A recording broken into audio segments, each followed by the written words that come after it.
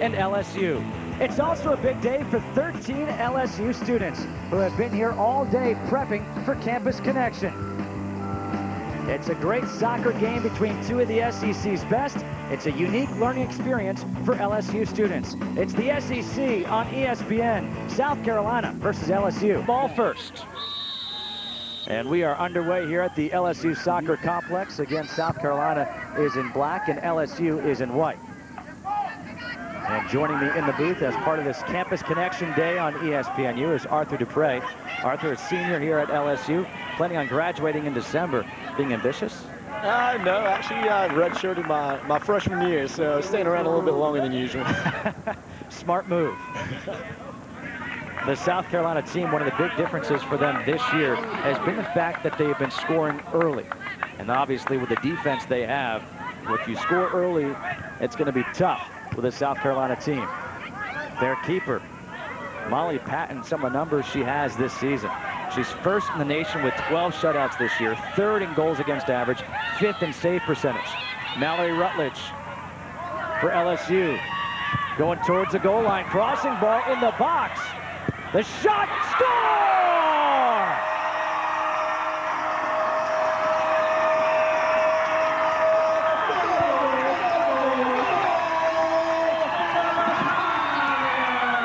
An early goal for LSU. Mallory Rutledge with a crossing ball. Carly Banks plays it back, and putting it in, Melissa Clark. For Clark, her 8th goal of the season. And we were just talking about how it's South Carolina who's been scoring the early goal. That was in the 2nd minute of play. And you know, you don't see that a lot. Molly Patton has only given up 5 goals all year, so for her to give one up in the first half is huge. And South Carolina, first goal given up in the first half all season.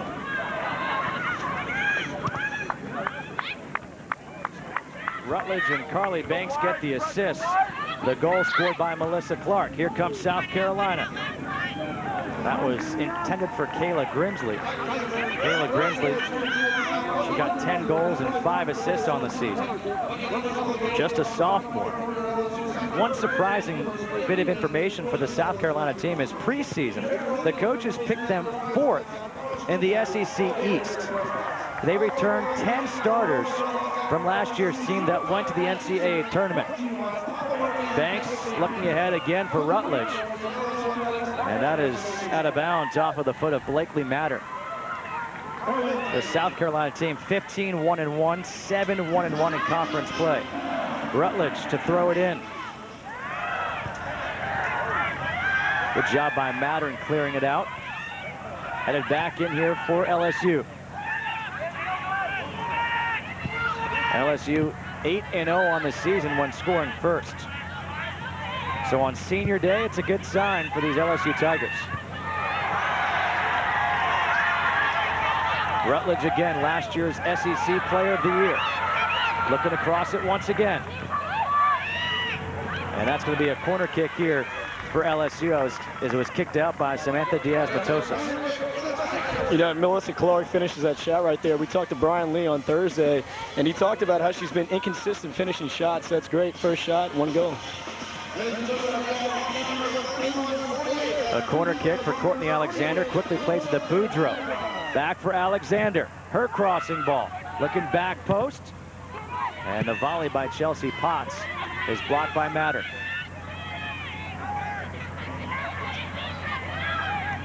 LSU doing a good job here in the first few minutes, controlling the ball, playing in their offensive half of the field.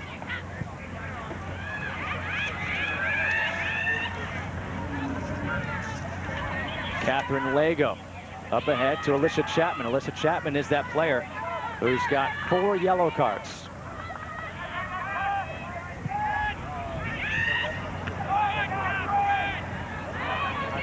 That is out of bounds, a throw in here for South Carolina. Like I said, we've got this Campus Connection broadcast here going today. We've got Arthur Dupre up here in the booth with me. We've got Hobie Artigue as our sideline reporter, Rachel Frost as our host. We'll have a little story shortly from Hobie Artigue. Nearly a handball. And that one is cleared out by Chelsea Potts. It'll be a throw in here for South Carolina. Let's go down to Hobie. A little story about the referee.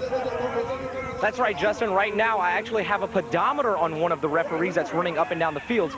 Now, refs in soccer, they run up and down the field all game long, so I'm going to track to see how far he's going to be running in miles, and we'll get that updated to you later on in this game. All right, great. Thank you so much, Hobie. Much appreciated.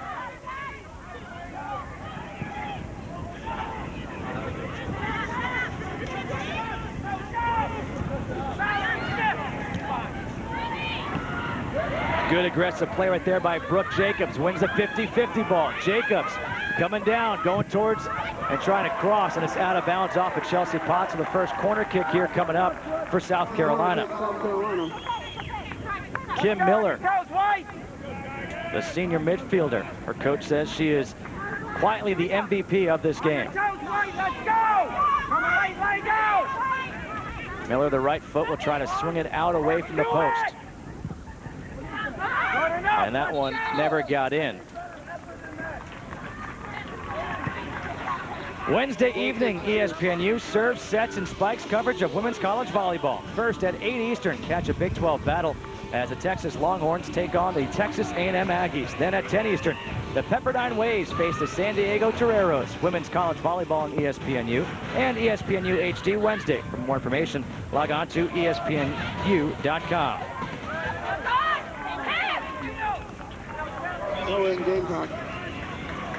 Throw in here for South Carolina. Wind starting to pick up here at the LSU soccer complex. Another throw in for the Gamecocks. South Carolina 15-1-1 coming in ranked number 10 in the country.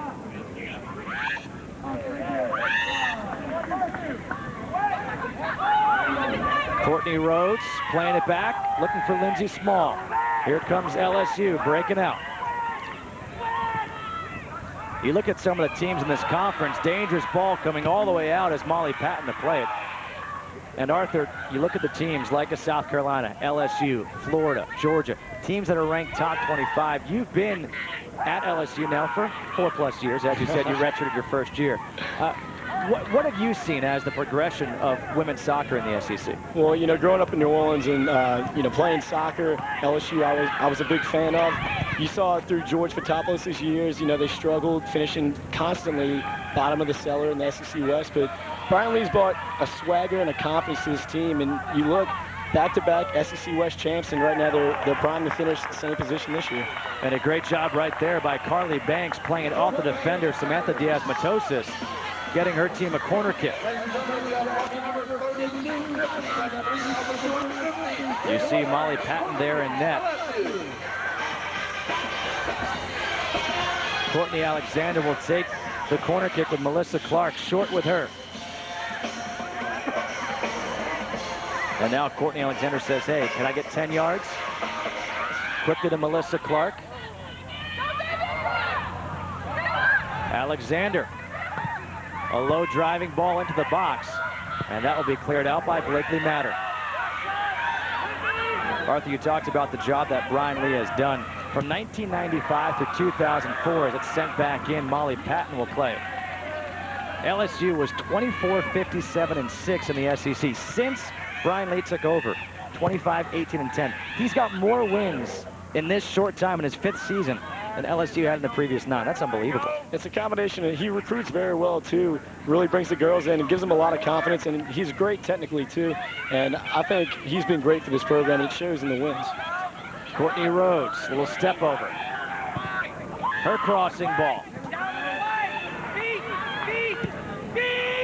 Murphy clears it out, plays it back. Samantha Diaz-Matosis. Now watch out for Diaz-Matosis. She is playing defense, but she could also move up and join the attack. She may actually move up later and play forward. So obviously, her playing defense, she's got those offensive-minded skills.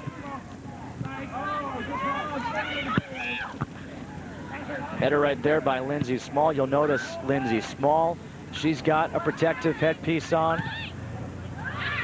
The keeper, Molly Patton, has a protective headpiece on, and we've got a foul here. And that one's going to go against Chelsea Potts. So a free kick coming up from just about 22, 23 yards out here for South Carolina. Aggressive play there by Chelsea Potts. Good call. Kayla Grimsley draws the foul. So the free kick here for Kim Miller. 1-0 LSU leading. LSU scored in the first minute of play, 57 seconds in. Unbelievable. A four-man wall set up here for LSU. Miller, low driving ball, and there's a save by Mo Isom. That was a nice kick for Miller and a very nice save by Mo Isom.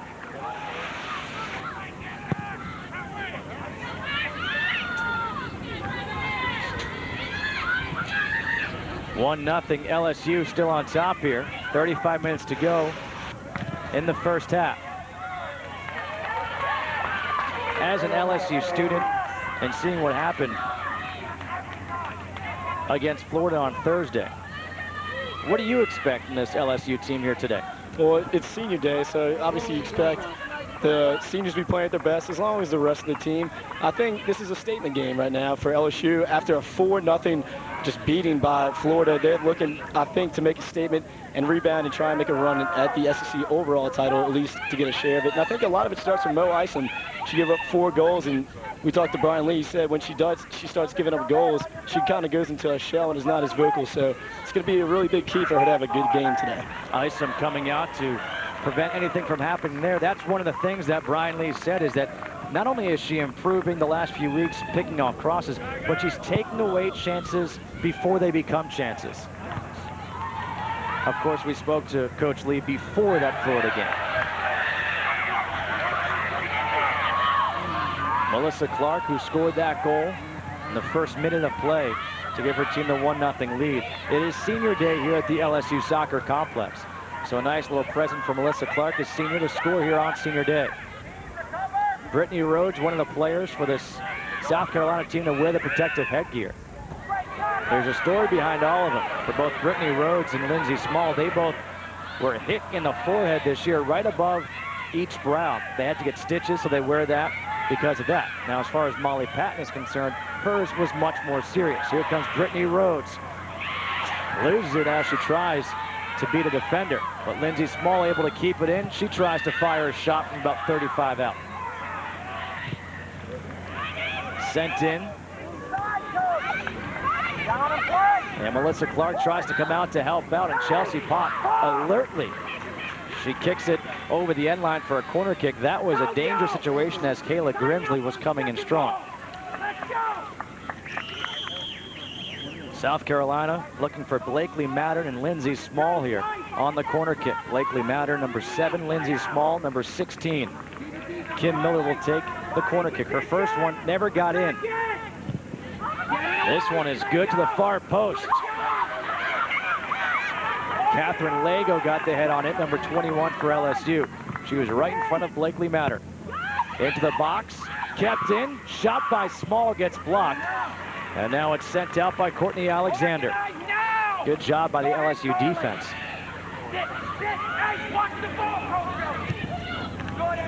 That one's flicked on. Melissa Clark can't control, throw in here for LSU. 32 minutes to go here in the first half. 1-0 LSU leading. LSU 10-4-3 on the season, 6-2-1 in conference play. Good, coach, hold it. Sharp, Kelly Murphy going up against Miller. And now it's cleared out, but they're controlled by Ellen Fay, who sends it back into the box. Mo Isom actually retreated on that, didn't try to come out and break it up. Let's see if South Carolina now can kind of get back into their game. Melissa Clark now has some room to move to clear this one out. We saw in the first 5 minutes, LSU really controlled the pace of this game, had the ball in their offensive half of the field. And now the last couple of minutes, it's been South Carolina who has been controlling the tempo.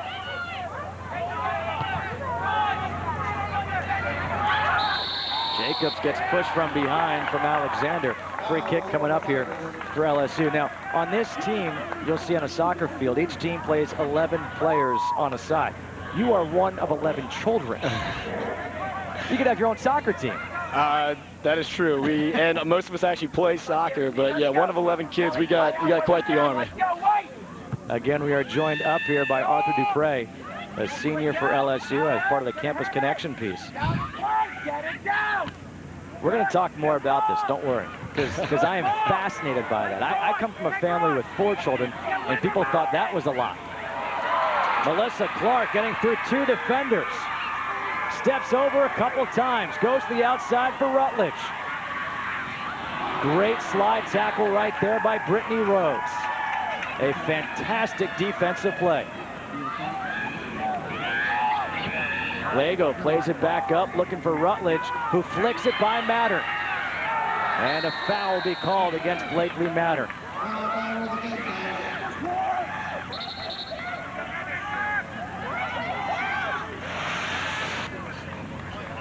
Mallory Rutledge drawing the foul against Blakely Matter. And Matter now given a yellow card. So an early yellow card given out by Daniel Radford, the referee in today's game.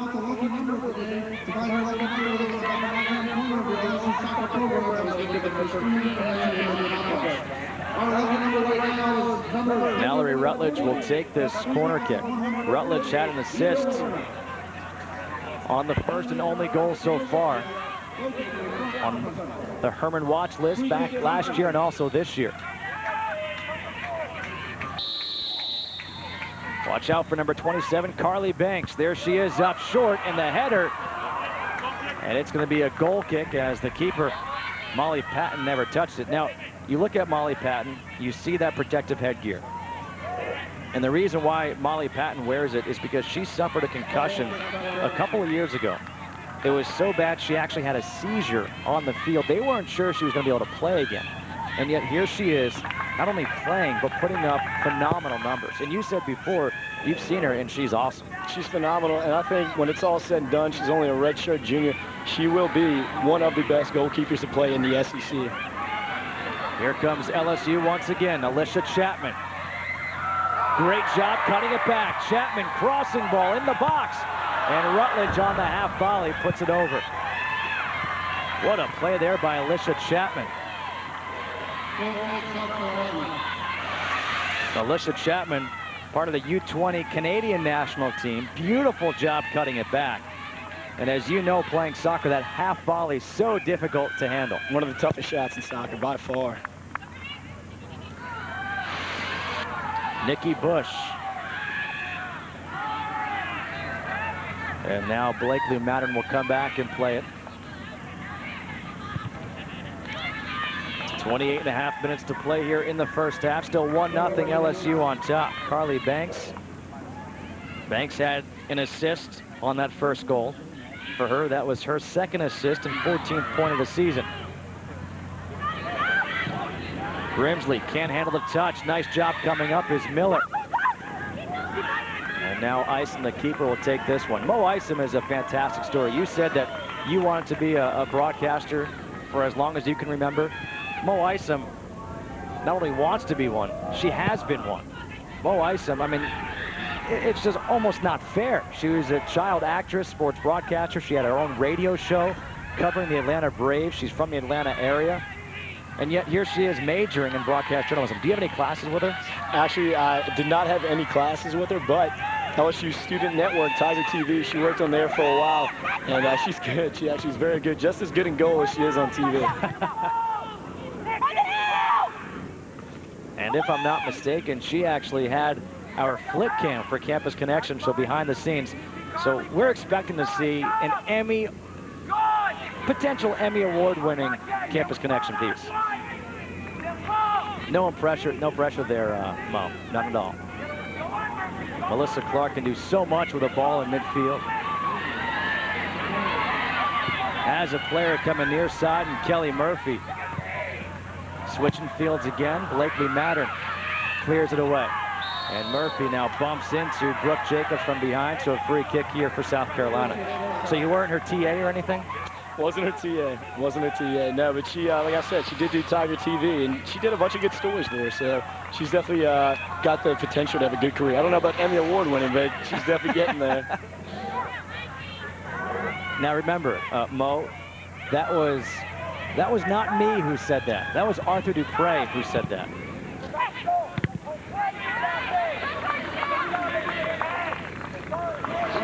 Here's a throw-in coming up here for South Carolina.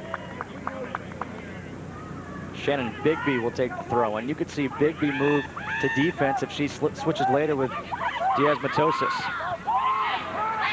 Clark able to keep it in. Little give and go with Carly Banks. And a good job there from Kelly Murphy, controlling and regaining possession of the ball.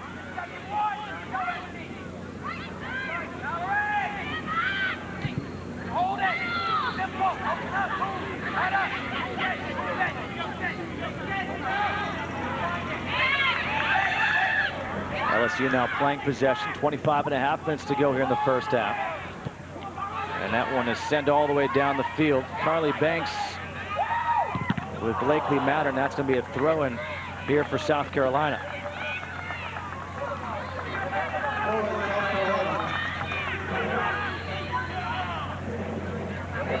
Blakely Mattern, a co-captain, the star of this team for South Carolina.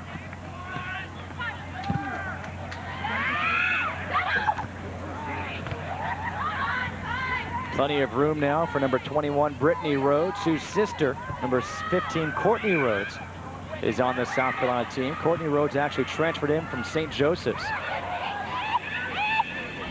And now trying to race back is Nikki Bush. The crossing ball by Diaz-Matosas gets blocked. And it's going to be a throw-in here for South Carolina. So Diaz-Matosas, number 3, has already moved. They've already made that change. Shannon Bigby is now playing defense. Diaz-Matosas is moved up to the front.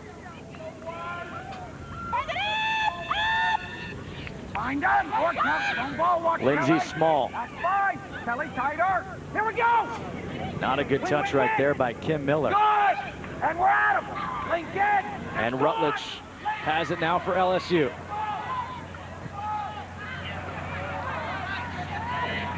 Brittany Rhodes will take it.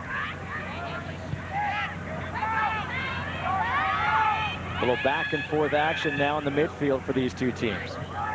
Played all the way down with the keeper, Molly Patton. Let's see if she lets it go all the way out. Nope, she will not. With this Campus Connection piece, let's go down to our host, Rachel Frost, who has a special guest. Thanks, Justin. I'm here with LSU senior Kara Lloyd, and Kara's doing graphics today for us. So, Kara, tell me a little bit about how graphics here compares to your job on campus. Graphic here is so much more intense. There's a lot more we have to put in. I know the graphics ahead of time. I get a script and I get to go through and do it ahead of time. But here, we try to do that as best we can, but we also have to be ready for, if someone makes a kick, if someone makes a goal, something like that, we have to be able to throw their name up, have the correct name, have everything spelled correctly. We have to be on point and on time at all times. All right, thanks, Kara. All right, thank you very much, Rachel and Kara. And Kara, I'm going to be keeping you on that, okay? So if there's a goal scored, I want those graphics up right away.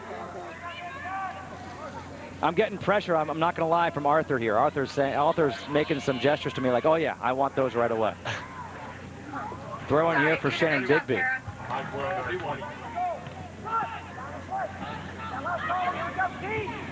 Good job stepping up is Taryn Boudreaux. South Carolina trying to get something here, trailing 1-0. Sent in deep by Ellen Fahey. Mo Isom taking her time, letting her teammates get a breather. Big kick. Blakely Mattern was able to head that one back in. Again, Mattern going up high. Blakely Mattern, 5'9", 2007 SEC Defensive Player of the Year. Long ball looking for Clark. And Clark is going to kick it over the end line for a goal kick.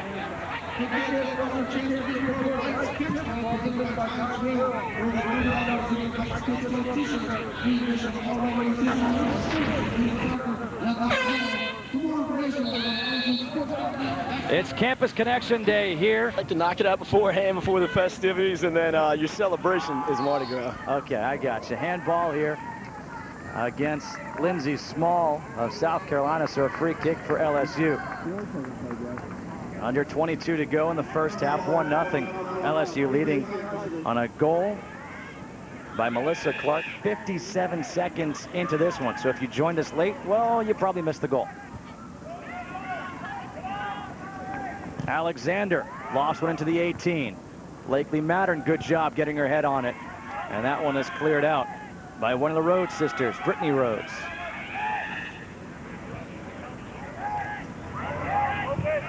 Again, if you're joining us late, as now Kayla Grimsley, watch out for her, one of the offensive players for this team. Good job by South Carolina, playing it all the way near side. Brooke Jacobs crossing ball, and it's attempted to be headed on by Grimsley, and now it's loose, and it'll be cleared out for a throw-in. We are at the LSU Soccer Complex in Baton Rouge, Louisiana. Number 10 South Carolina against number 17 LSU. Justin Kutcher here with you on ESPNU, and we've got a whole lot of students helping us out, including Arthur Dupre up here in the booth, Hobie Artigue, sideline reporter, and Rachel Frost as our hosts. And we're going to have a corner kick coming up here for South Carolina. Series history. South Carolina leads 6-1-3. Last two games were ties, 1-1. The last three matches have all gone into overtime. The only win for LSU was the first year of soccer for South Carolina. Samantha Diaz-Matosas will take the corner kick from the far side.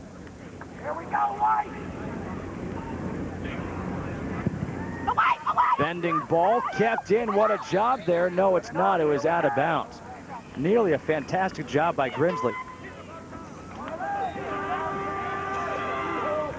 This was, in case you joined us about a minute and a half late. Mallory Rutledge, the crossing ball. Carly Banks, the pass. And putting it in, number 8, Melissa Clark. For Clark, her 8th goal of the season. Great job beating Molly Patton, and that doesn't happen very often. You don't beat Molly Patton too much, especially this year when she has 12 shutouts. That goal took place at the 57-second mark of this match. A substitution for LSU.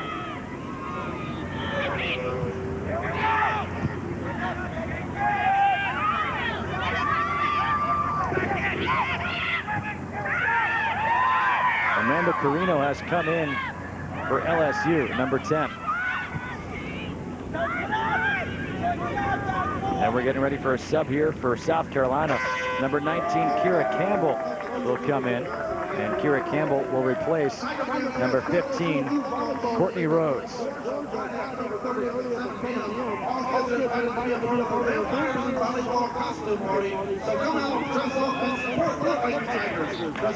Kira Campbell, a sophomore from Lexington, South Carolina.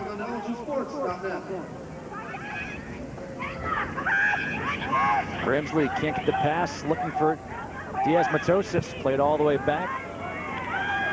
Chelsea Potts with that big foot, and it's headed to the keeper, Molly Patton.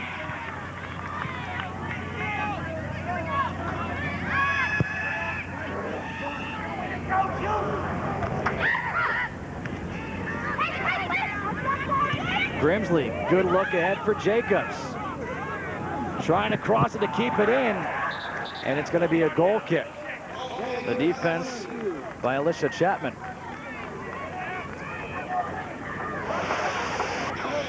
Just looked like Jacobs had one touch too many and could not keep it in.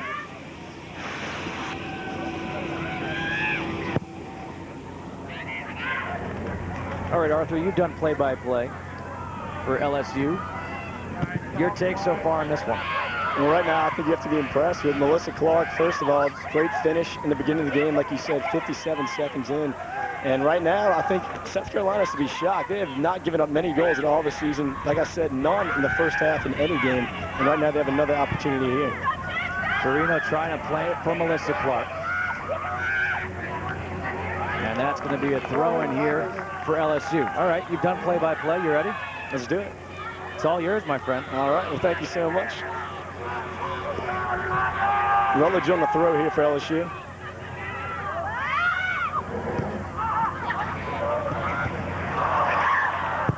Cleared out by South Carolina's back line.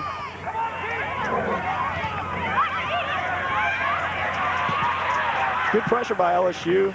And Chapman right there. A note on Chapman, you mentioned earlier, 4 yellow cards. So one more, and she would have to sit out not only the rest of this game, but also the season finale against Florida, which we know is obviously a crucial game in their chance of trying to get a piece of the SEC West and SEC overall title. A quick substitution here for South Carolina. Number 8, Christine Watts comes in, replacing Samantha Diaz-Matosas.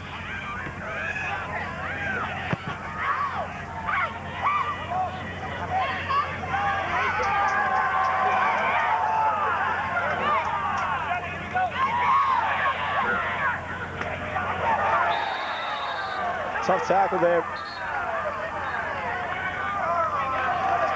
And a yellow card on Kim Miller. And set pieces right here like this, these free kicks that LSU really needs to take advantage of. They've scored a couple this season in SEC playoff for these set pieces. They don't have a lot of big people, as Brian Lee talked about. Not exactly giants running through the box, but they do finish well. We can relate to that. We can. He also said to look, they send them usually near post and just run some people through there. Here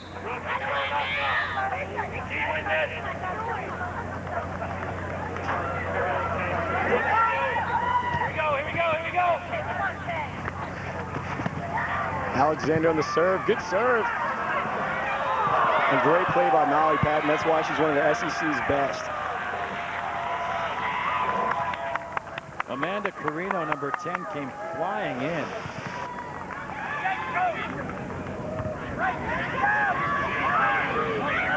Like you said, a good play there by the keeper, Molly Patton. And I think it speaks volumes of Patton. You see her, like we said earlier, she had a concussion and a seizure on the field, missed an entire year, and yet you see her coming out attacking the ball like that. It speaks volumes of her.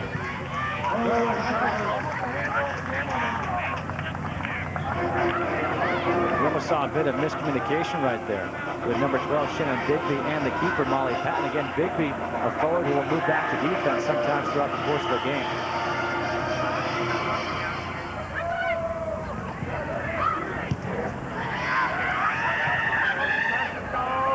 That throw-in for Rutledge, that's an advantage for this LSU team. The fact that when she gets in 18 and further, her throw-in will get all the way into the box. That's a huge advantage when you have someone that can throw it in like that. I mean, that's just as good as a serve in the box. So they really, like I said earlier, need to take advantage of Rutledge's ability to put it in the box and put pressure on this tough USC defense.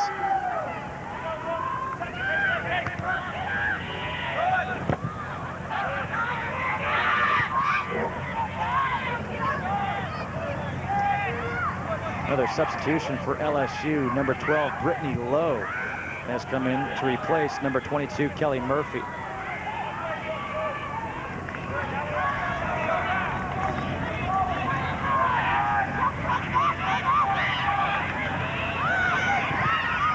Cleared out by Clark. LSU's defense so far has played well, not known for their defensive prowess, unlike USC.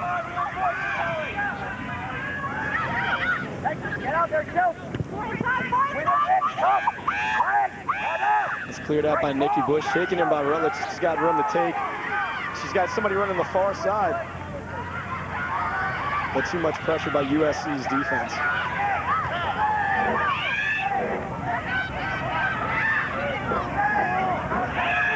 And Justin, when you have an aggressive defense like USC's, it's crucial to want to switch the field when they come and they get sucked into one side. You switch it over, and that's when you get a lot of scoring opportunities.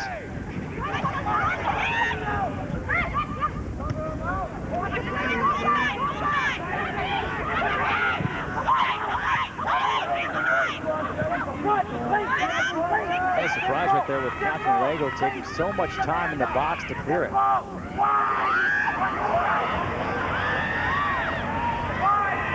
Blindly mentioned that earlier this week when we spoke with him. Lego's a great player, but he said she takes too much time. You gotta be more efficient with the ball to clear it out soon. What a play right there by Blakely Madden. That's why she was the SEC Defensive Player of the Year a couple years ago.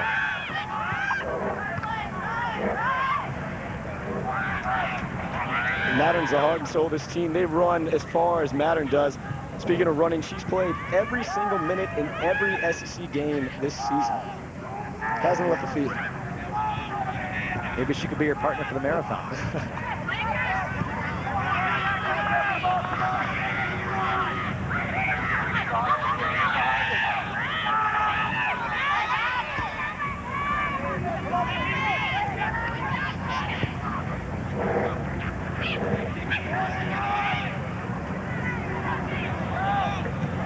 It just seems like for South Carolina, they're not able, they're a bit too strong in their touches. They are, and right now, they look a little bit out of sorts. I think this is surprising for USC because right now they rely on their defense. And Shelly Smith spoke earlier in the week about how their offense is a little inconsistent. They've been able to rely on their defense to pick up the slack, so they're kind of out of sorts right now, I would say. Couple of substitutions here for South Carolina. Number 9, Maria Petroni comes in for Brooke Jacobs. And number 10, Natalie Aaron comes in for number 16, Lindsey Small. Double to win, coach, double to win. So you can see the philosophy here for Shelly Smith is try to keep these players fresh, get them ready at least for the second half as they trail right now 1-0 with 10:40 to play.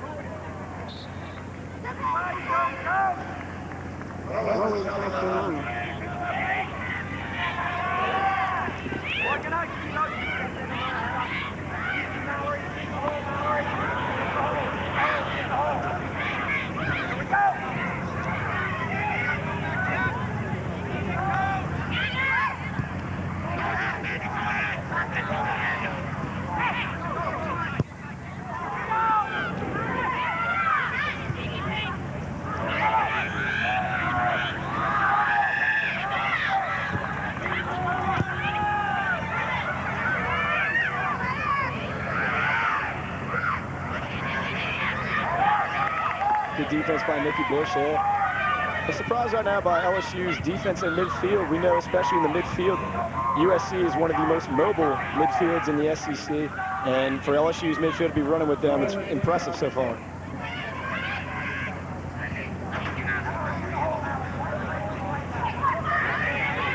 We heard that reading from Hobie about the referee running over almost 2 miles already. Do you think he's really been running the 2 miles? Well, actually, yeah, he's almost like a midfielder in terms of he's getting back and forth with the play. And coming from a soccer play, I know it's a lot of running A and B. It's about 4 to 6 miles on average that you run in a game if you're a midfielder at least. So he's getting his workout for sure. Here's Rutledge again, dangerous in that area with the throw-in. Good header by Potts.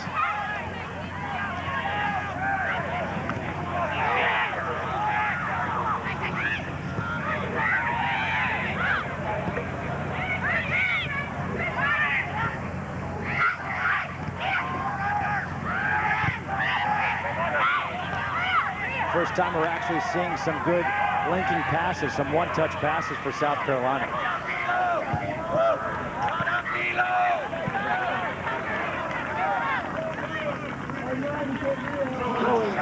Coming up on 8 minutes and 20 seconds to go here in the first half. LSU on top of South Carolina by the score of 1-0.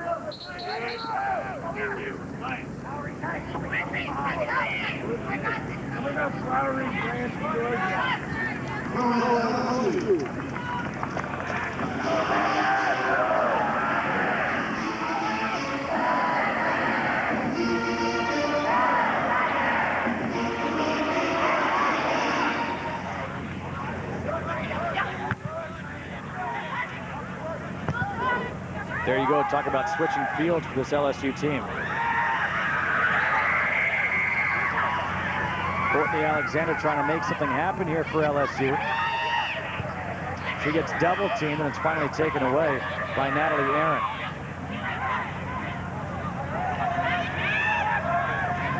Melissa Chapman, number 4 for LSU, not afraid to mix it up, which is probably why she's got 4 yellow cards.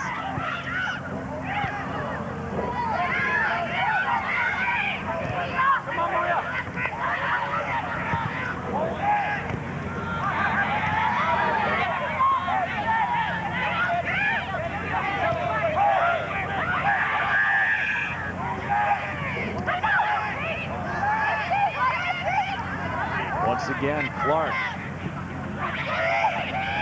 So good with the ball at her feet. I know it sounds weird to say that because it is soccer. You're supposed to have the ball at your feet a lot. But there are some players who just have this comfort level with it down there, and she's one of those players. Absolutely. That's a skill that's so hard to possess. But she's definitely her. Clark, as it showed earlier in the game. Low crossing ball. There's Mattern once again. And now trying to flick it ahead for Kayla Grimsley. And Grimsley gets it. Grimsley coming 1-on-2. Needs some help. Good job right there by Catherine Lago.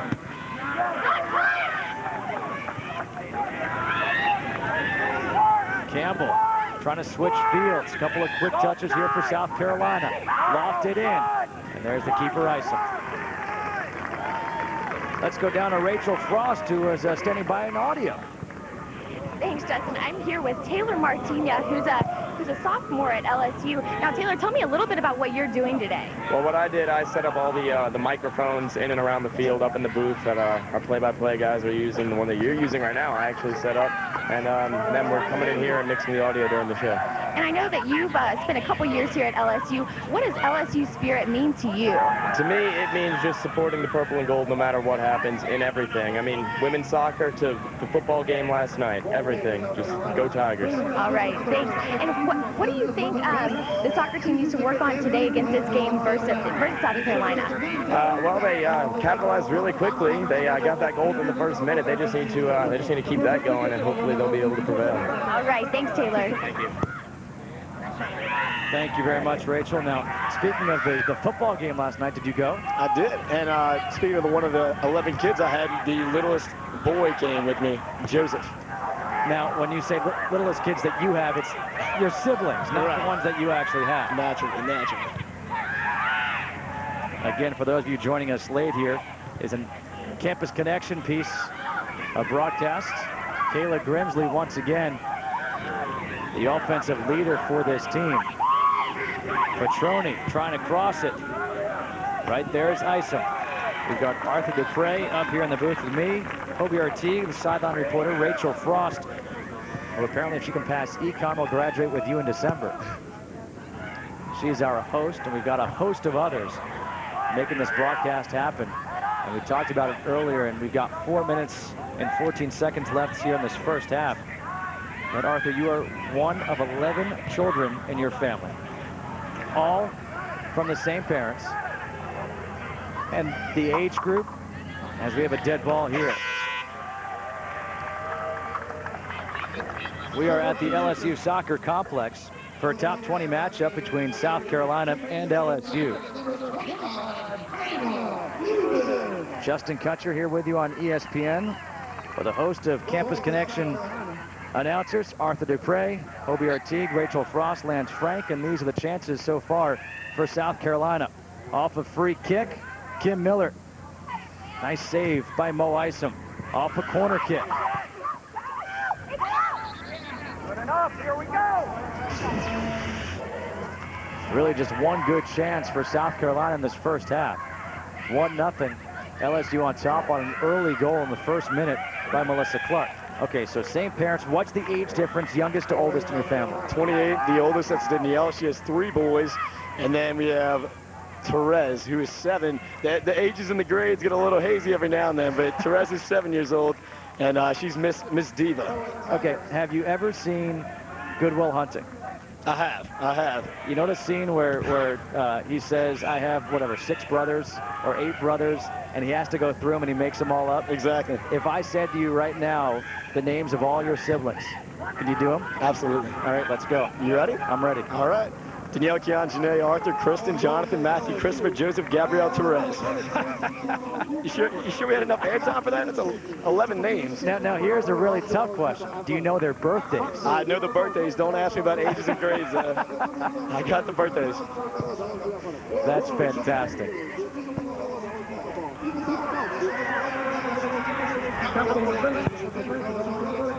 Played out once again to midfield. Catherine Lago steps up. Don't worry, we've got plenty more to talk about here with Arthur about his family. It's not too often you get a chance to talk about a family with, 11 kids. Raina Lubin, number 25, is in for LSU now. Lubin was expected to get a lot of time if Chapman picked up her 5th yellow. So far, she hasn't.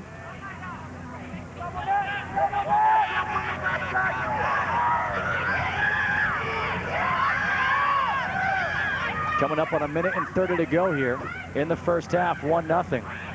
LSU on top.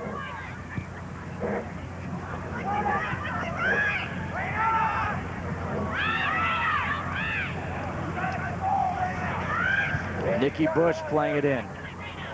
Nice job by Brittany Rhodes. Let it go by. Now Blakely Matter.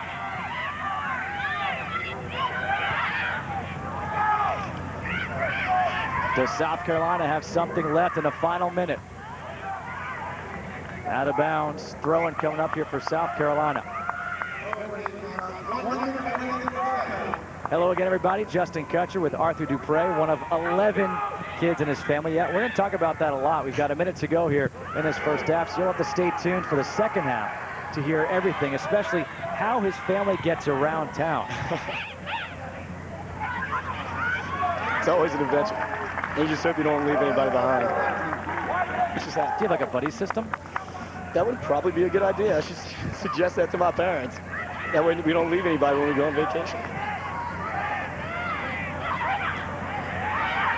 Raina Lubin going body for body with Kira Campbell. Out of bounds with 12 seconds to go. 10 seconds left here in the first half. LSU has to feel pretty good about themselves to go into the halftime with a 1-0 lead over the 10th ranked team and the first place team in the SEC. The best you can expect right now. I mean, 1 goal already in the first half. USC hasn't given one up all year, so big time for LSU, big time.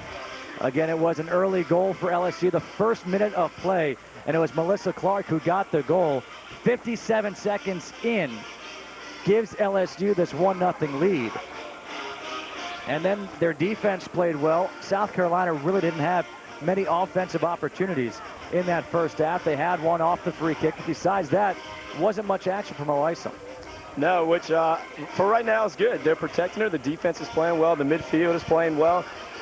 So right now, you have to be impressed with LSU's play. And right now, South Carolina has to be thinking what they need to do to tighten up their defense. All right now, let's throw it down to Hobie Artigue, our sideline reporter, who is joined by the head coach for LSU, Brian Lee.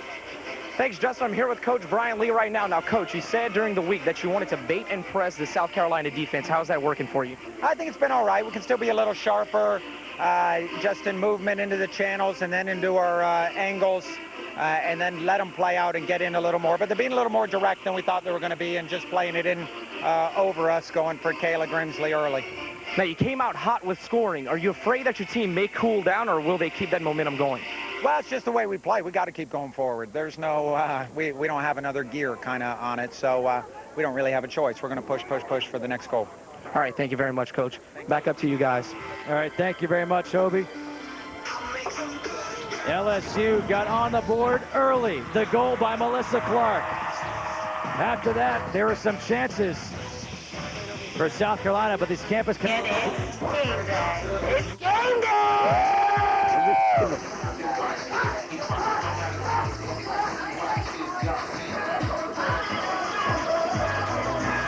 Hey, we're on the bus on the way to the airport to play LSU. LSU's going down! Yeah! LSU!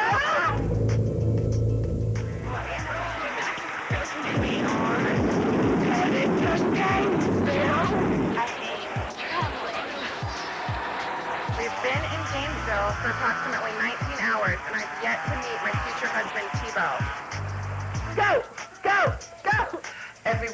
full of us talks about a verse throughout the week and its meaning, and then we wear it during the game.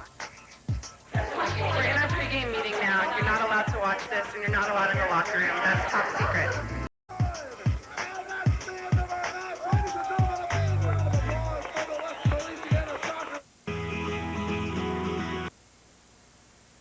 Are you ready for the max? We're always ready for the max. I'm ready for the max. LSU on top of South Carolina by the score of 1-0. It is Campus Connection Day here at LSU. Hello again, everybody. Justin Kutcher alongside with our student play-by-play man, Arthur Dupre. And Arthur, just so far your thoughts on the first half. As we talked about earlier, USC is known for its defense, especially under Shelley Smith. Tough defense, but 57 seconds in, LSU gets a quick goal. And right now, I'm just shocked at how USC defense is giving them a lot of opportunities. But Brian Lee talked about it on Thursday. They are primed on pushing their forwards and pushing their midfield up and putting a lot of pressure. And you know the reason why they scored so early, right? Why's that? It's senior day. You're a senior. They want to make sure you went out with a bang. And right now, they're doing a great job of it. So, and I appreciate it.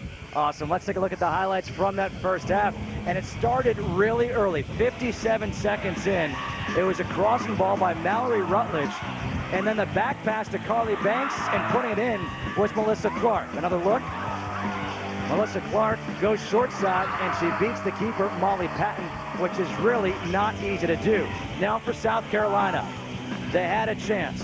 Off a free kick, Kim Miller. But there was a save by Mo Isom, and really, that was the only good opportunity. We have a corner kick here, but the ball is eventually cleared out, and that was it. A great job by LSU packing it in and not allowing anything to come through. Mo Isom, of course, doing the job when she has to. The stats in that first half, shots 4-1 in favor of LSU. Shots on goal were even. And then corner kicks 3-2. So the match was even. We expected a pretty even match coming in.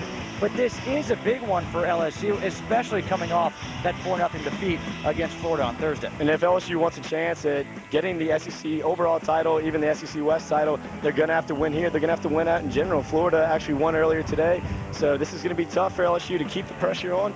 But if, like I said, they want any piece of the SEC championship, it's right here in the second half they're winning. All right, let's go to our host, Rachel Frost, who's in the truck with Jordan. Thanks, Justin. I'm here with Jordan Walden back out in the production truck. And Jordan, what are you doing here today? Well, I'm the shadow producer. I'm following around the real producer, and Stephanie's showing me all how to do all this. And what are your hopes, as far as learning from this experience? I know you do some work over at the campus station as a producer. How is this different from that? Well, I'm the entertainment producer / anchor at Tiger Television, and this is just a whole lot different. There's a lot more buttons, and there's just a whole lot going on over here. I'm just not really sure what to think about it. What do you want to learn from this experience? Just more of how to produce and just how to work the control room, and that's about it.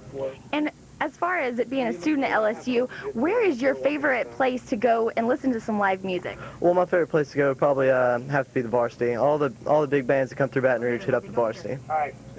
All right, and what cuisine do you think really represents Baton Rouge? Oh man, there's so many. I have to say Raoul's probably, or Pluckers is always good. And what are they known for? Raoul's has great shrimp po' boys. That's what I always get. It's really great. All right, thanks, Jordan. All right, thank you. All right, thank you very much, Rachel. Let's go down now to Hobie, who is joined by the head coach for South Carolina, Shelley Smith. Yeah, Justin, right now I'm here with Coach Shelley Smith coming out of the locker room, hoping to make some halftime adjustments. Now, Coach, you said last week scoring early is key. How do you come back in this game to up-tempo your offense? Well, this is going to be a great test for us. First time we've been in this position, and it's going to say a lot. We need to come back, compete. We need to play better. We didn't compete as well as we have all year, and we need to weather that and come back and play our game in the second half. Now, this is the winningest senior class in SC history. Who do you need out of this senior class to lead your offensive attack? Well, obviously, Blakely and Kim Miller are two captains, have been leaders for us all year, and they need to come out here and be good leaders, local, but also by how they're playing. And they'll step up as long as the other players around them. I have confidence they'll do that. Coach Shelley Smith, thank you very much. Toss it back up to you guys in the booth. Thank you very much, Hobie. And you see that from Shelley Smith and what she was talking about. This is the first time they've been in this position all year long. 15-1-1, 7-1-1. I actually think this is a good thing for South Carolina because you're headed towards the SEC tournament, you're headed towards the NCAA tournament, and you get a chance to see what you're made of and learn in different situations before you get to that. And, you know, USC, if there's a team I think that they can bounce back from this, it definitely is USC. So tough defensively, tough-minded. They get that from their coach, Shelley Smith. And I think we're going to see a great second half, and really we're going to see USC pushing a lot. And you heard Hobie say that for South Carolina, the senior class is the winningest in school history. Well, the same thing could be said for the LSU senior class. They are also the winningest in school history. So we've got some programs and some teams led by the seniors. LSU will have the ball to start here in the second half. Melissa Clark, who had the goal 57 seconds in. That's the fastest that LSU has scored this season. But quickly, South Carolina takes it away, and we'll see how aggressively they come out here in the second.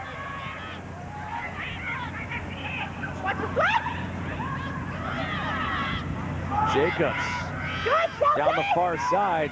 It's right on the end line. And a good job once again by Chelsea Potts. Chelsea Potts has had a nice game quietly on the defensive front there for LSU.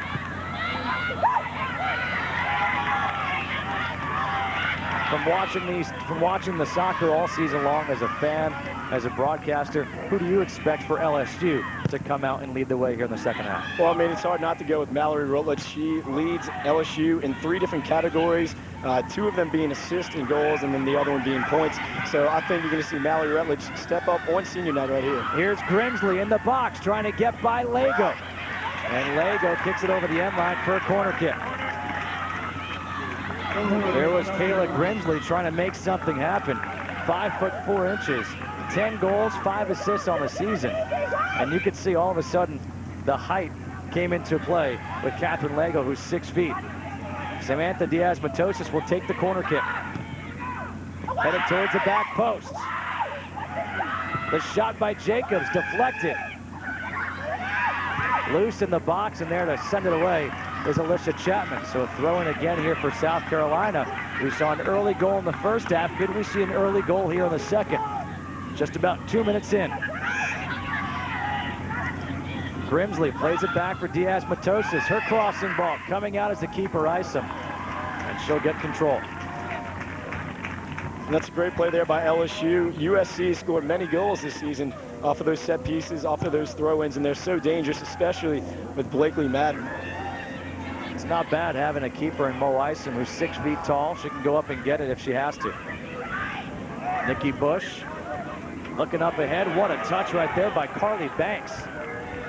Banks bumping with Rhodes, beats her. Some nifty footwork right there by Carly Banks, and yes, I did say nifty.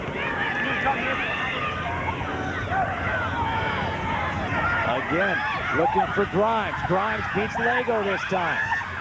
Cutting it in, Grimes. Crossing ball, and coming back to help out is number 22, Kelly Murphy. It's a throw-in here for South Carolina.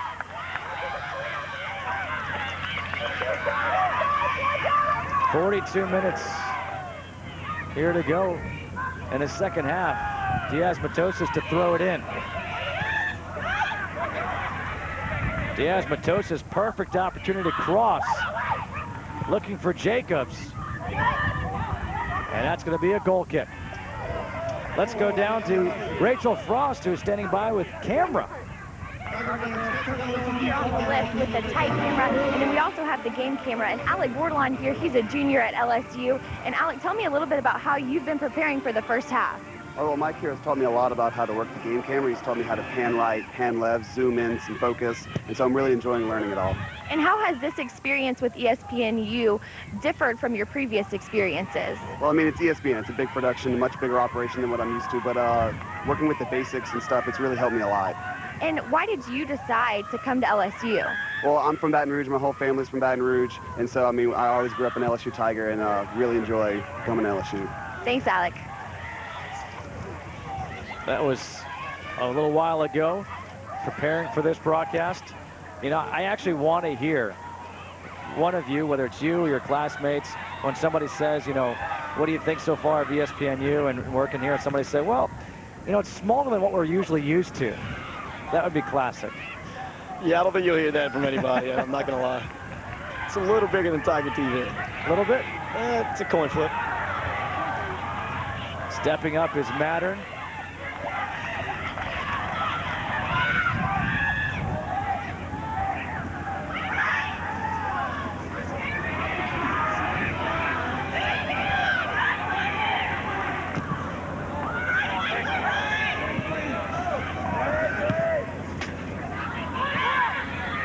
Rutledge trying to step up to get the ball. Remember, LSU is playing without Rachel Yepez. A big loss as Kayla Grimesley is going to be called for the foul. That was a wrestling move right there. All right, so we've got Campus Connection today. Right now, we're incorporating everybody into this broadcast. Let's go down to Paul, our director, who's going to direct our camera guy. And out of our right, there we are. Ready to dissolve double boxes. And dissolve double boxes. And you're hot, Alec? Nice. Nice work, Alec. Very nice. Stay with it. That's good. Push to him 5. Push to him 5 if you can. Push to him. That's nice. Just stay there, Alec. You're great. Zoom in a little bit if you can. Zoom in. That's very nice. Very nice. Stay with it. Very nice. Ready 2 in the big box. 2 in the big box. Ready 1 again. Good job, Alec. 1. Tighter if you can, Nathan. Tighter if you can. This is Paul Bykowski, our director, giving directions throughout the broadcast. 1-0. LSU leading here with 39 minutes to play in the second half. Good job.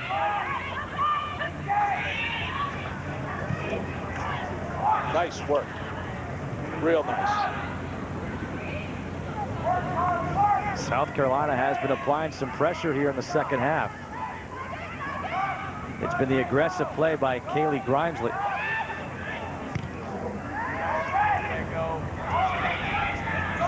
Good touch there by Melissa Clark.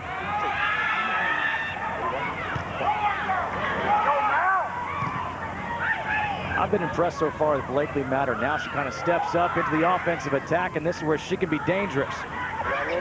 Oh, what a give and go. Almost connected for South Carolina with Grimesley and Blakely Matter. If that connected, that would have been one of the prettiest plays I've seen yet this season. That was a great look there. And Grimsley's a great finisher. 13 shots in the season. That's it. 6 goals. So she makes the most of her opportunities. Brittany Rhodes doing the job.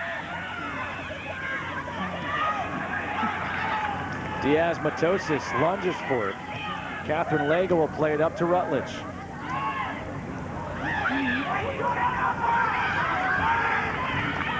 Good job by Kim Miller. That linking midfielder switching fields. Jacobs gets bumped in the back. And a throw in here for LSU. All right, so I want to get back, as we have some time right now, to talking about you and your family. You wowed us before by going through the entire list of names of your siblings. How many boys and girls? 6 girls, 5 boys. And at one point, we have 4 boys in a row. That must have troubled your parents. Well, I mean, 11 kids. I guess after a certain while, you can just start expecting everything. You're not surprised anymore. Grimesley working hard yet again.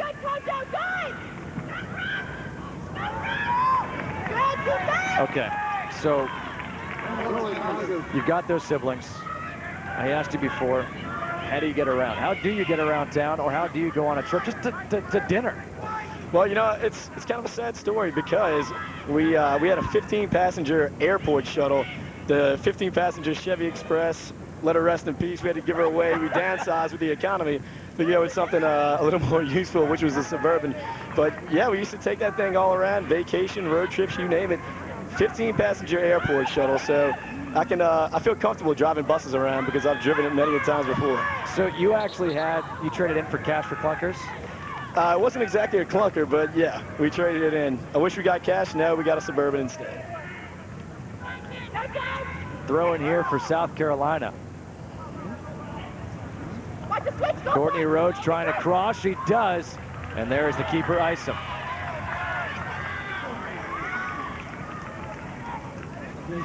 It's 1-0 LSU. This came a long time ago. 57 seconds in. Melissa Clark off the pass from Carly Banks puts it in past the keeper. Molly Patton, the only scoring that we've had so far in this one. It was Clark's 8th goal of the season. She now has 20 points on the season.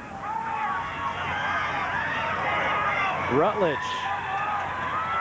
Good job cutting it back. Plenty of room there for Kelly Murphy.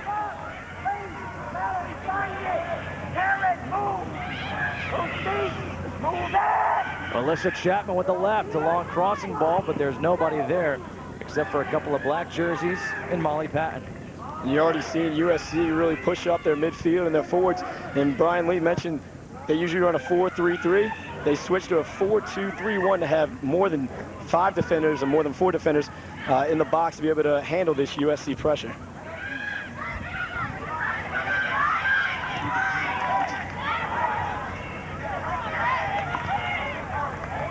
You mentioned Rutledge when we were talking about players to step up for LSU.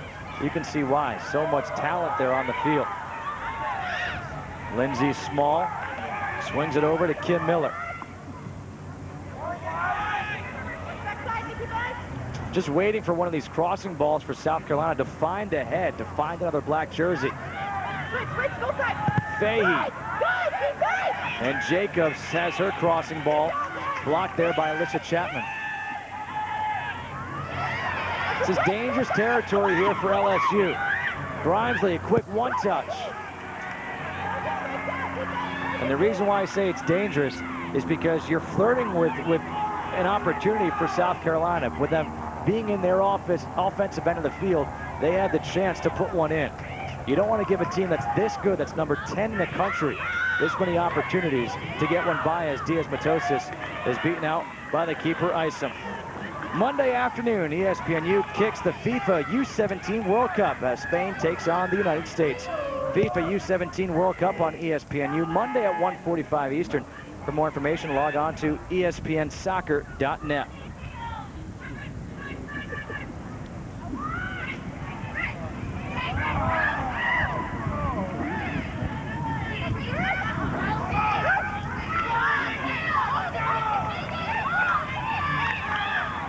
U17 game coming up.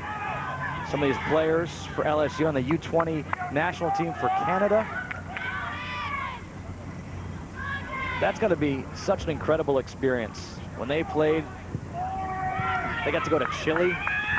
You travel the world thanks to soccer. We talked about how awesome of an opportunity this is for us to be able to work with y'all. As the ball's cleared out by Patton. And are they going to give a red card? Wow. Wow.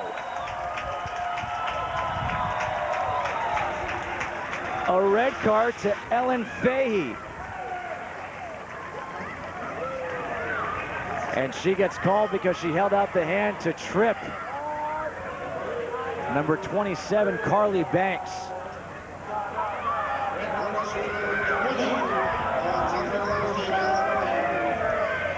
Daniel Radford brings out the red card.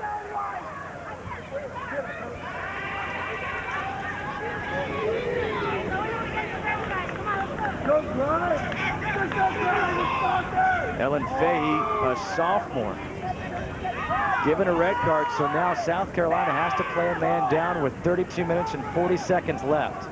A free kick coming up here for LSU, leading 1-0.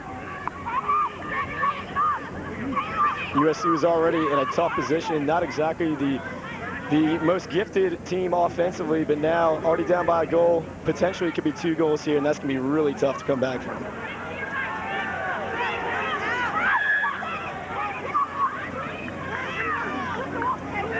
The free kick coming just on the edge of the 18. Taryn Boudreaux. A low driving ball into the feet of the wall. And a great job by Brooke Jacobs to bust out and get the ball for South Carolina. South Carolina will have to play a man down the rest of the way.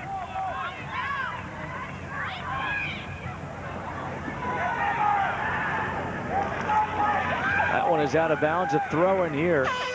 And a substitute coming on. Let's go down to Hobie Artigue, who's joined now by the parents of Melissa Clark. That's right, Justin. I'm here with Rudy and Bridget Clark. Now, guys, how did it feel to see Melissa score her first goal, the first and only goal of the game? Well, I'm rather excited about it. Melissa is an unselfish player. I love the way she coordinates and works with her teammates, and I think she's got quite a whole lot of enthusiasm when she's out there playing.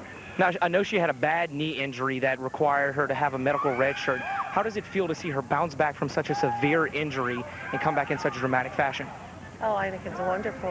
She has such a style of playing that she has made she's always a pivotal player within the game. So it's been wonderful to see her come back and play her best. Now, one final thing that we have, Mr. Rudy Clark here was actually a former professional soccer player. So can you tell us about your experiences and how you've helped Melissa cope with the soccer pressure through the years? Well, after I quit playing, I wanted to pass my talents on to the kids, and the greatest way to start was starting with in-house with my kids, Melissa. She's been a fantastic player. She's got quite a desire for the game, and I coached her until she was about 14 and passed it on, and she's doing well.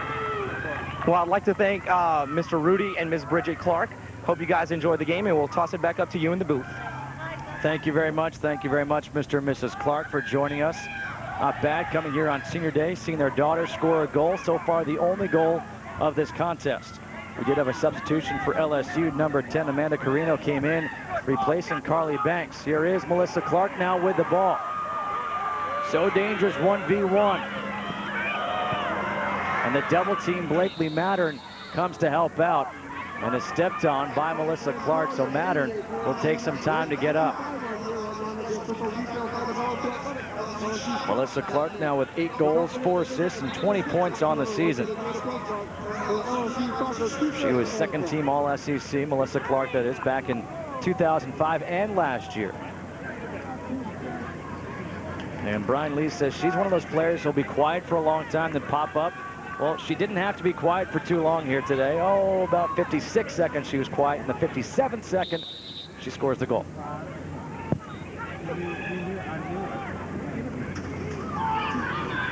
What a nice job right there by Kayla Grimsley to hold off a defender. Using that 5'4" frame. Now Lego pushes Kayla Grimsley, and let's see what happens here. A free kick coming up for South Carolina. Once again, we talked about earlier how dangerous USC could be off of set pieces.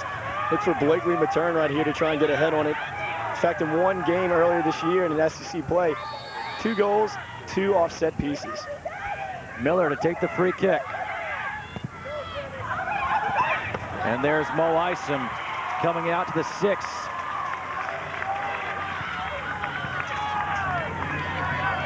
Mo Isom, before every game, she gets down on a knee, she prays, then she holds up a 0 to the sky. Because her father, who passed away, that's her sign to say, Dad, this is how many goals I'm going to let up here today. Miller tries to clear it out, but there is Nikki Bush. Rutledge. Good job playing it back now for Chapman at the 18. And that one goes over the net.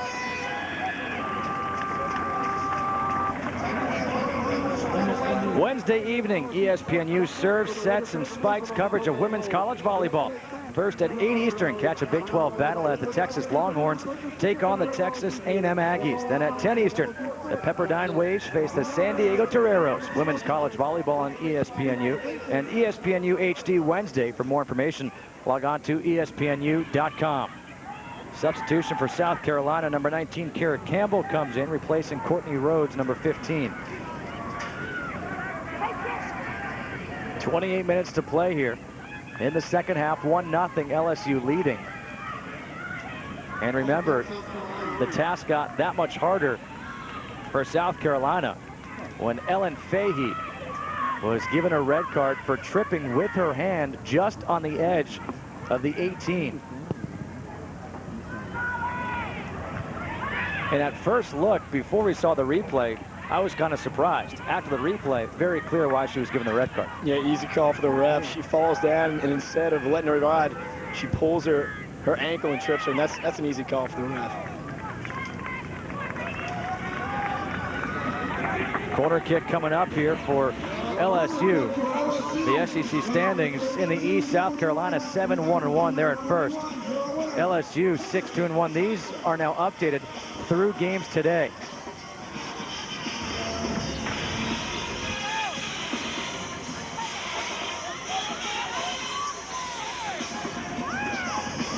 Courtney Alexander with Melissa Clark. High ball. Blakely Mattern heads it out. Sent back in by Boudreaux. And the shot on goal by number 22, Kelly Murphy, is stopped by Molly Patton. This was a good corner kick. High away from the keeper. Mattern able to head it out, but it was kept back in. Good job by Taryn Boudreaux. A couple of substitutions now coming in for both teams. For South Carolina, number 8, Christine Watts, and number 9, Maria Petroni, come in replacing Samantha Diaz-Matosis. And also number 27, Brooke Jacobs. And for LSU, number 25, Raina Lubin, replacing number 22, Kelly Murphy. And this is such an advantage right now for LSU. USC only down to 10 people right now. So putting in fresh legs is going to help them so much, especially getting down the field back and forth. And once we only have 25 minutes left here in the game. So 10 to 10 people, it's going to hurt you. You're already down 1-0. Number 23, Casey Brewer, has also come in, replacing Kayla Grimsley.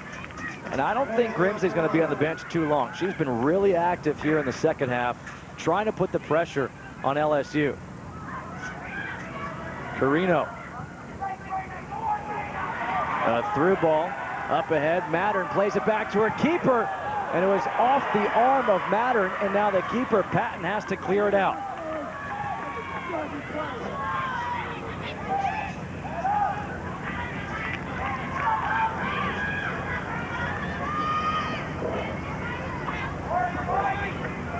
Oh,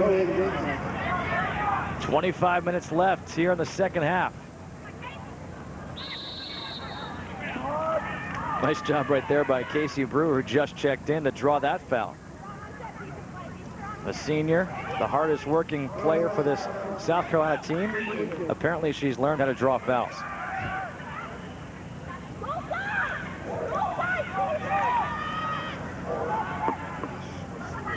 Miller, the free kick just beyond midfield. Lego heads it out.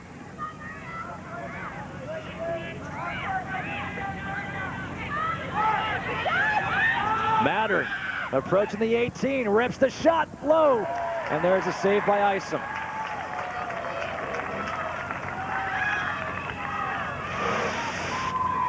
Blakely Mattern stepping up from defense, got the opening, and her shot going just wide before Isom saved it.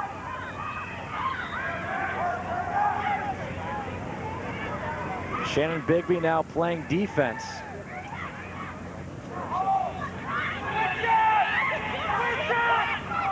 Christine Watts into the offensive third. Her crossing ball.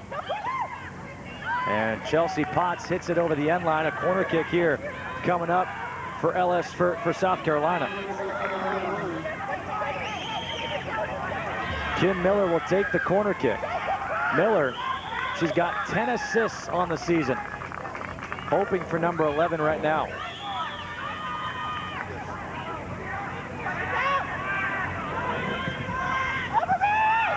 Good deep ball. And Chelsea Potts will chase it down. That was over the keeper, Mo Isom's head. An opportunity right there for South Carolina. And if you're Mo Isom right there, she kind of sat there in the middle in limbo. You either go out and attack that or you sit in your line. Right there, she kind of got stuck. Kind of surprised she was playing near post as opposed to starting far post and coming in. Right. Under 23 to go here in the second half.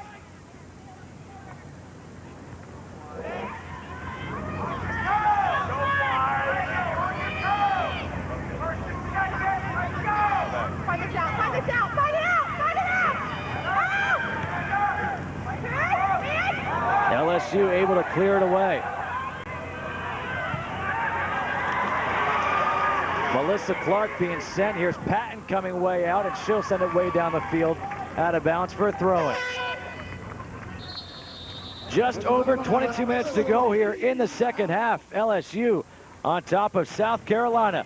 1-0. They got the goal early in the first half. This was the goal. Melissa Clark on senior day puts it in. A red card against Ellen Fahey.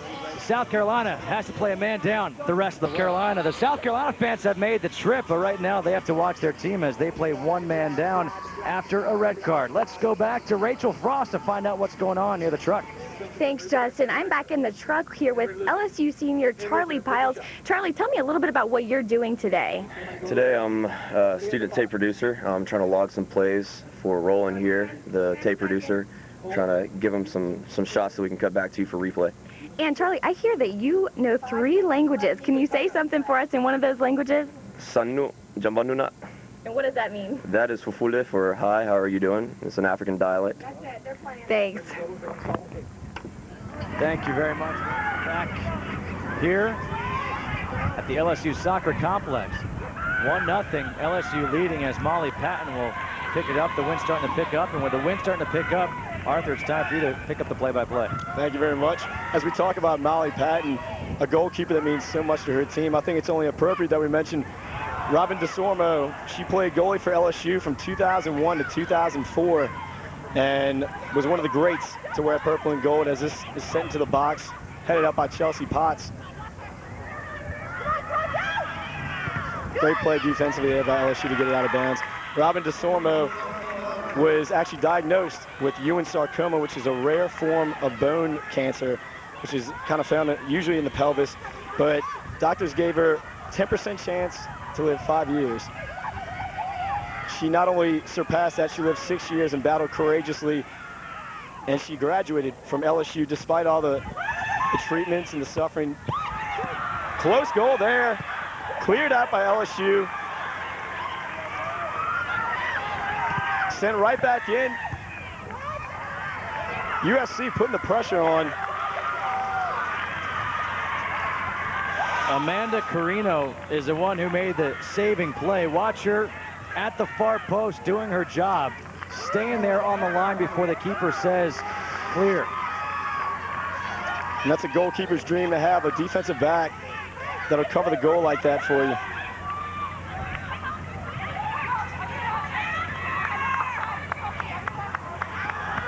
Goal kick here.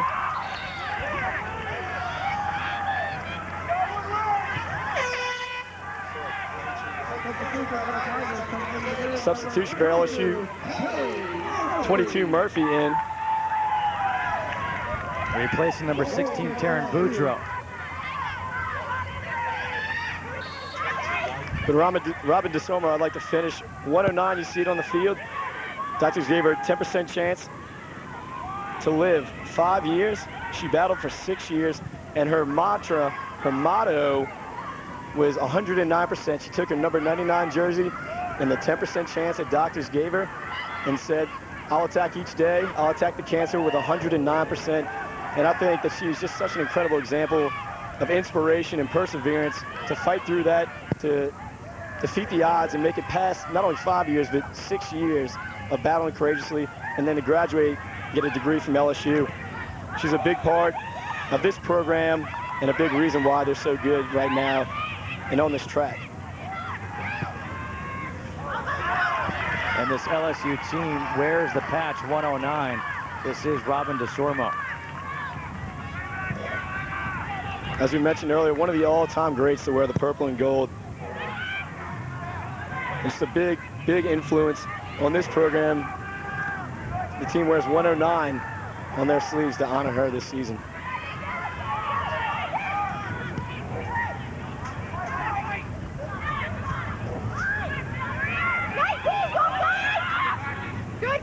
Just under 18 minutes to play as it's knocked out of bounds. Goal kick for LSU. And two names that have really, we've called a lot today, Chelsea Potts and Catherine Lego, two seniors that are really hungry for a win here on senior day, especially after giving up 4 goals at Gainesville. I think they're looking to prove a point, and they've played outstanding so far today. Just looking down here on the bench for South Carolina, you can see a couple of players getting ready to come back in. Kayla Grimsley is one of them. She's been so active in the second half before she was subbed for. And USC's offense runs through Kayla Grimsley as Lego clears it out.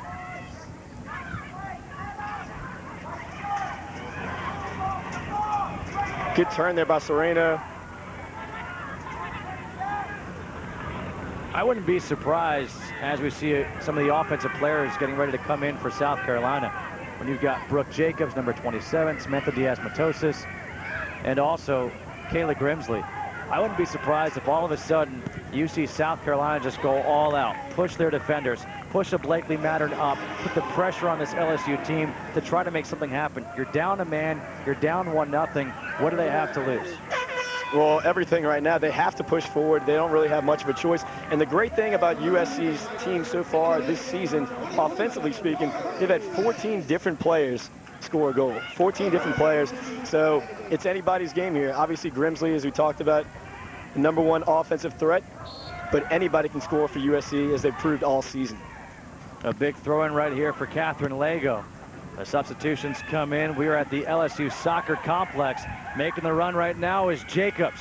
Jacobs just in by the 18, trying to get by a couple defenders. And a nice job closing out was Courtney Alexander, but Jacobs keeps it. Grimsley trying to turn. She's double teamed. And Miller off the free ball. That's going to be a goal kick.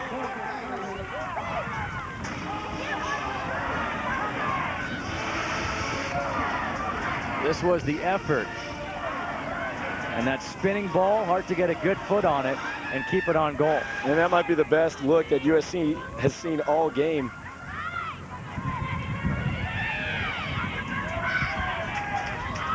Diaz-Matosis able to keep it in.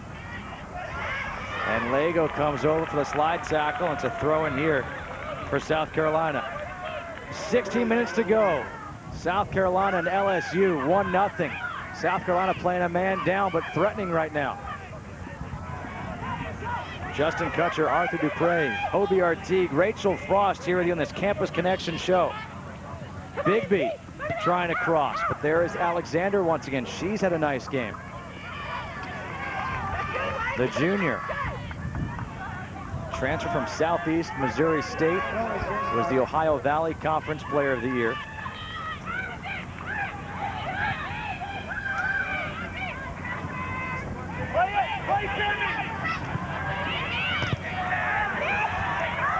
Carly Banks working with Rutledge. And that goes all the way to the keeper, Molly Patton. It's 1-0 here because earlier, and I do mean earlier, 57 seconds in, the goal by Melissa Clark. That's the only goal in this game. And then late, much later than that in the second half, the reason why South Carolina's playing a man down, a red card.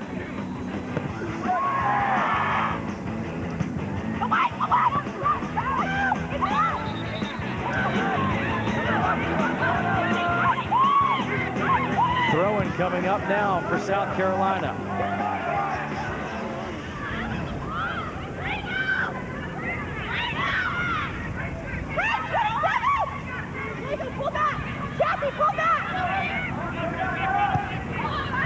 Potts up ahead. Carly Banks, good job with the chest pass. Carino trying to cross it, but there was Rhodes cutting it off, but here's Rutledge. Rutledge all alone.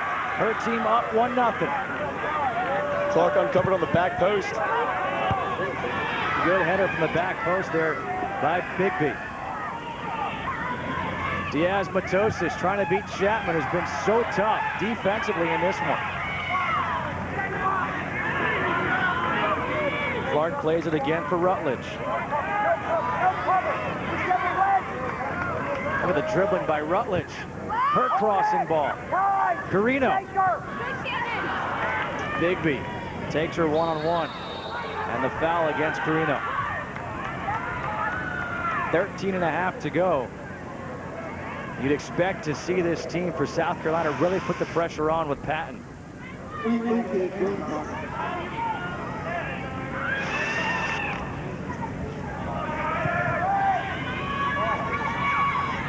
Looked like maybe a push in the back. No call against Alexander. And as we talk about the game, it's hard not to talk about LSU's defense. In the play of Mo Isom, we showed her highlights earlier. She's been very decisive coming out the goal, attacking the ball, attacking serves. And LSU's defense has done a good job protecting her. Only 12 minutes, 45 seconds left in the game. USC needs to start pushing.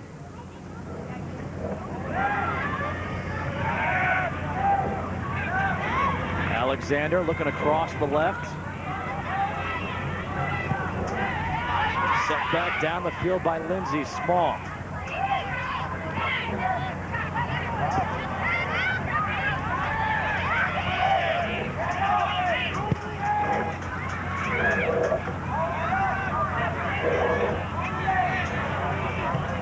Coming up on 12 minutes to go. Good job by Banks possessing on the far sideline. Diaz-Matosas comes back to help out. Jacobs trying for the one-touch. Grimsley. Good job overlapping here. Brittany Rhodes down the near sideline looking for Diaz-Matosas. Trying to use that speed to her advantage. Be sure to log on to Facebook today, search ESPNU and become a fan. Later this week, we'll have more flip cam video from South Carolina's Brittany Rhodes and LSU's Mo Isom. Become a fan, watch videos, and show us your school pride on ESPNU Facebook. Brittany Rhodes, right on cue with a headband. She'll have pictures on Facebook of that. And now she has a day and a half to figure out what she wants. Crossing with the left. There's Chapman once again. Bigby steps up. When will we see that pressure applied by South Carolina? When will they send Blakely Matter?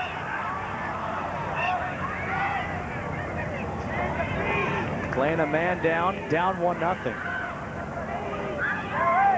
15-1-1 on the season for South Carolina.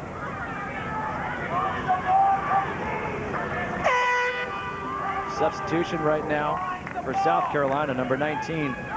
Kira Campbell is going to come in, replacing number 8, Christine Watts. Other meaningful games here today in the SEC. Florida won 1-0 over Arkansas. Auburn beat Georgia 2-0. Updated stats, shots 8-4 in favor of LSU. Grimsley looking ahead for Diaz-Matosas, but Lego's there to break it up.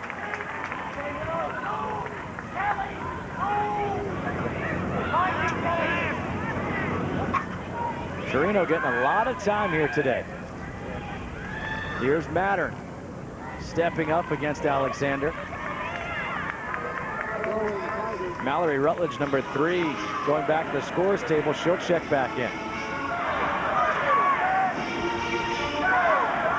How big of a win would this be for LSU if they can come in and beat the top team in the SEC? Well, huge, just for 2 reasons. Obviously, one, for the SEC title, they need to win this. But the second, we talked about it earlier in this series, they have won only 1 out of 9 games, or rather 1 out of 10 games, but the last 9 games, they have not won. So this would be a really big win for Brian Lee and the LSU program. Diaz-Matosas coming on the near side, trying to cross it with the left. And that's going to be a goal kick. Let's go down to Hobie Artigue, who's got more on how far the referee has run. So right now, I've just checked back in with the referee at the last time out.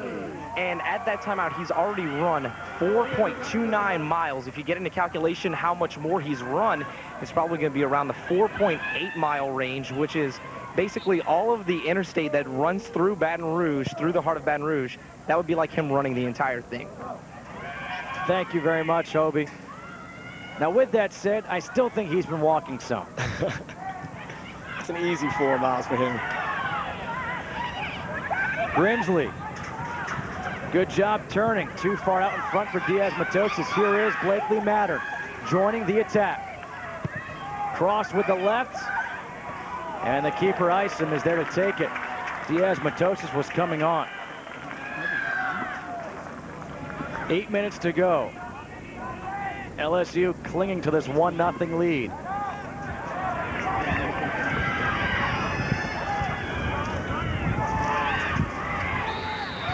There's a foul on the play and a free kick here coming for South Carolina. So let's see. They're going to bring Patton up to take the free kick. Nope, Patton goes back. It'll be Miller to take the free kick.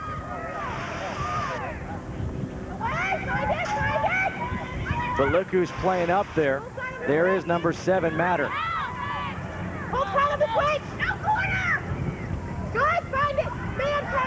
Alexander clears it.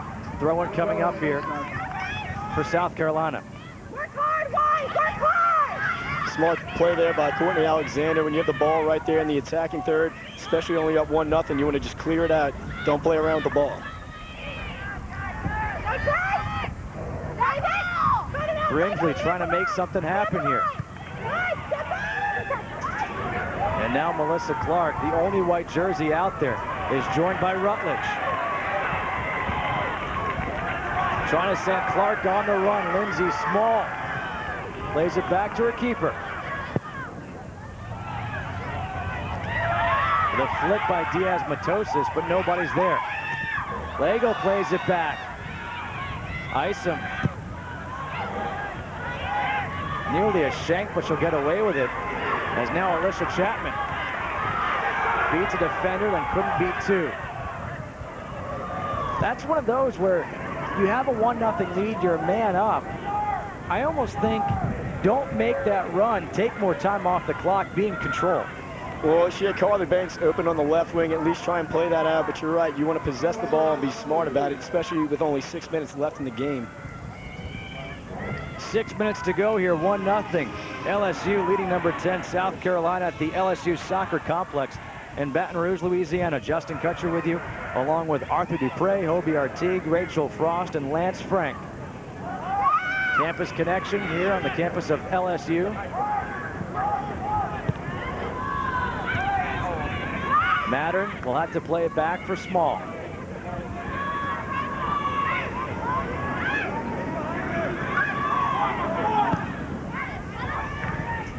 Eight to 4 shots in favor of LSU. But here in the second half, it has been South Carolina applying the pressure. And they're doing it a man down after a red card was handed out to number 20, Ellen Fahey, for tripping right on the edge of the 18. Oh, what a beautiful slide tackle right there by Blakely Mattern.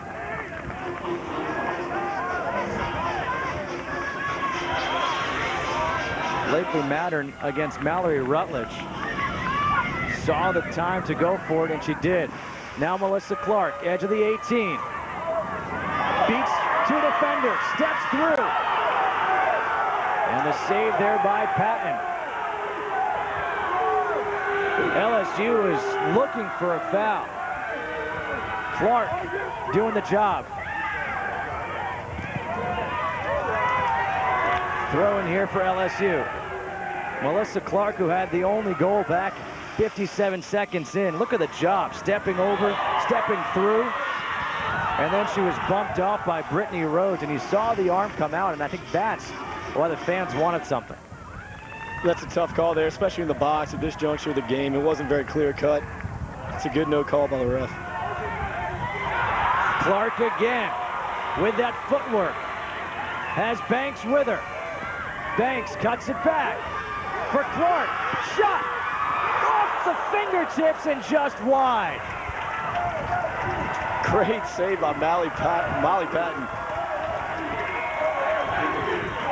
Clark doing it, creating the opportunity, but how about Molly Patton? Oh, that's as good as a save you'll see right there. Arms outstretched, laying out. 3:35 to go. A corner kick here for LSU. The wind is really picking up now. Boudreaux back for Rutledge. Her cross with the left. And it's going to be a goal kick now for South Carolina. Couple of subs now for South Carolina.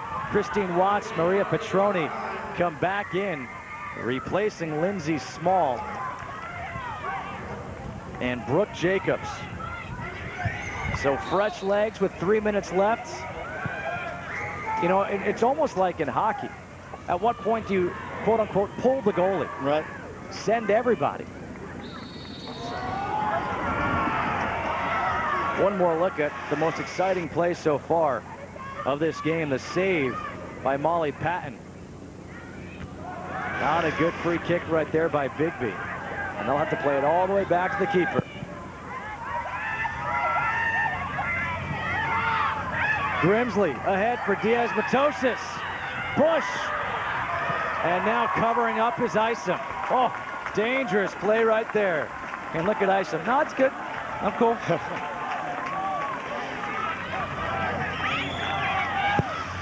Low punt.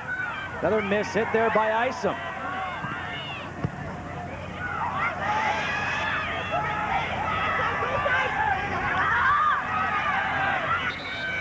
It's going to be a goal kick. A goal kick here for LSU. The last time that LSU beat South Carolina was September 22nd, 1995. The score, pretty familiar, 1-0. This will be the second win all time for LSU over South Carolina, and it would come on senior day.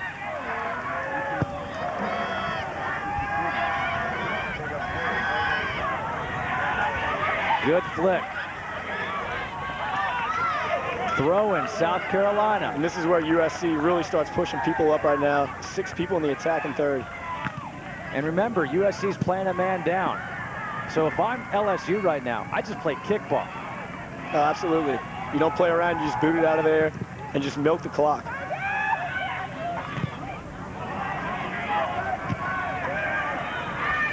Taking more time off, Brittany Rhodes. Coming up on a minute to go. 1 minute. Crossing ball, Diaz-Matosis, Grimsley in the center for Mattern. Mattern, and Chapman's going to take it away and clear it out. So a throw-in coming up with 40 seconds left.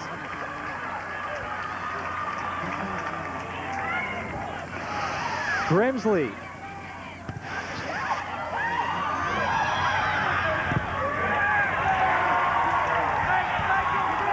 Patton all the way out now by midfield.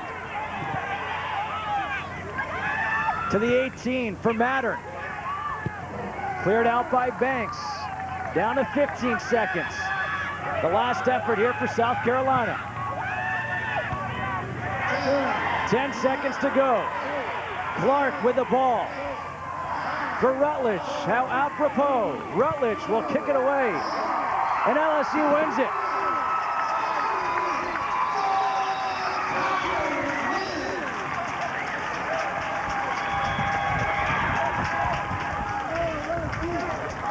LSU with their first win over South Carolina since September 22nd, 1995. Just their second in program history.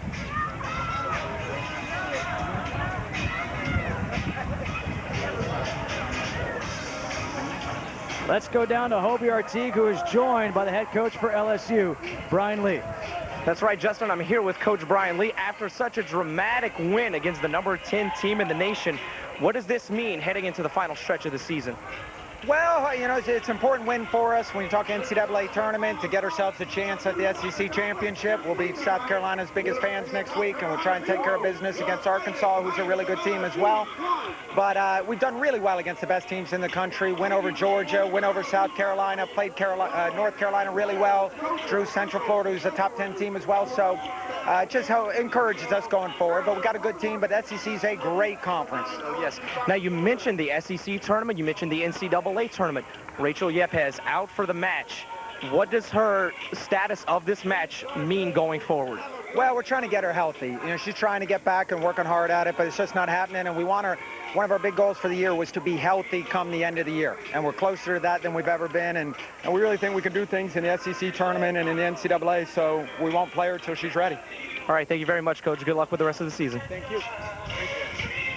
Thank you very much, Hobie, and credit to this LSU team doing it without Rachel Yepes. They win it 1-0. Back after this to wrap it up. Today, last night, today, they win the football game. Now they win the soccer game, 1-0 over South Carolina. Hello again, everybody. Justin Kutcher with our student extraordinaire, Arthur Dupre. And Arthur, we came in, we thought it'd be a good game, and we saw a pretty good game. Oh, absolutely. I mean, like as we said earlier, USC, phenomenal defense. Hadn't given up a first-half goal all season.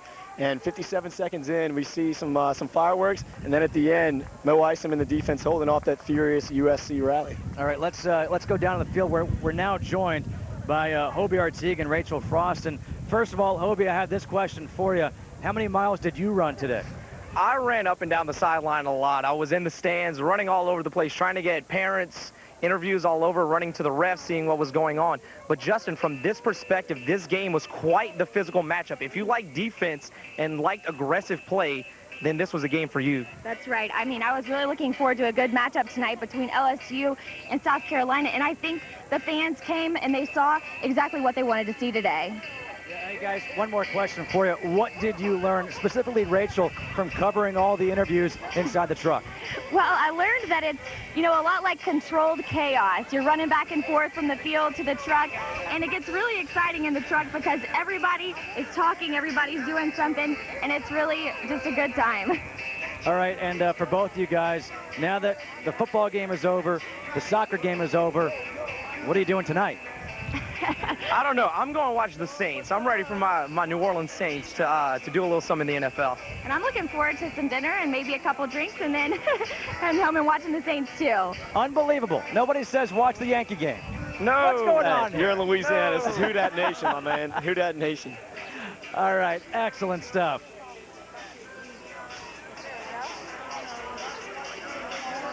Once again, our final score, number 17 LSU, 1, number 10 South Carolina, 0. For Arthur Dupre, our LSU students, and our entire ESPNU crew, I am Justin Kutcher.